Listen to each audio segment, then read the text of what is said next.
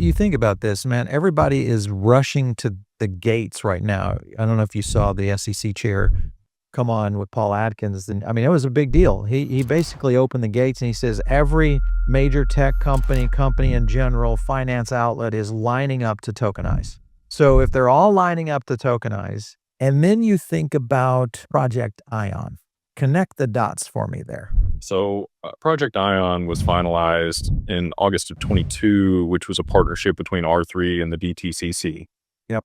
And it's running in parallel with the back end of the stock market that would provide instant settlement between the clearinghouses and the brokers. So many people might be familiar with GameStop or AMC. Exactly. Yeah. When that happened, they actually oversold the stock by like 39% and had to, lock trading and pull stock back from people. People were very upset. So there's T+2, I think, at the time between the clearinghouses and the brokers. They've since moved to T+1, made, 28 last year and 24. And they had the option to settle real time via digital asset when they pushed that update.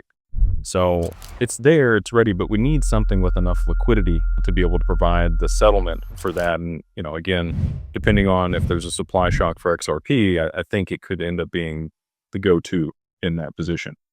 Well, and that will be the key. If we do see that start to materialize and XRP becomes the underlying asset, I mean, now you're talking about, now how fast do you think that could occur? Because tokenization is starting to happen now.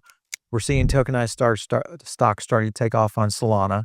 Explain how quickly that could go into effect. You don't even need tokenized stocks for the implementation of settlement between the clearinghouses and the brokers. You could actually tokenize the stocks on a completely separate network. The value between the settlement and clearing between those two counterparties would just be facilitated on the XRPL. So would that be more of like a bridge of